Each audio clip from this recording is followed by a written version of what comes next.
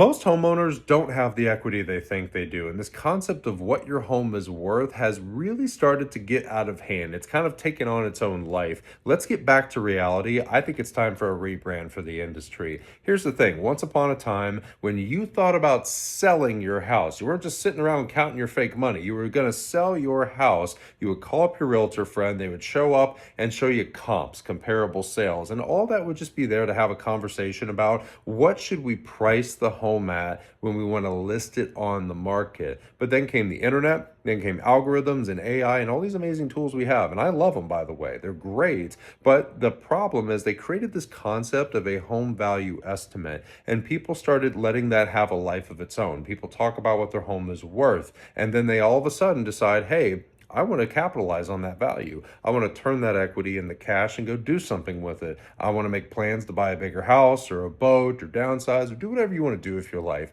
And that's the problem. Sellers crave certainty. You're trying to make these plans based on what you think your home is worth. But the task at hand when we're going to sell this property, if that's the way you want to turn your equity into cash, is we have to figure out what is the top dollar we can get an actual buyer to pay for your house. So if we're going to do an estimate, the real estimate we need to do here is what do we think a real buyer is likely to pay for this property right now or within this time frame. Most listing agreements are 6 months, so I would start there. What do we think we can get from a real buyer in the next 6 months? And that is the most helpful piece of advice I can give a homeowner who wants to sell their house in today's market. When you're pricing, even when you're talking about price reductions, put a time limit on it, because that all of a sudden makes it a lot more realistic. Some of y'all have a home with comps in the 500s and you want to list it for $1 million.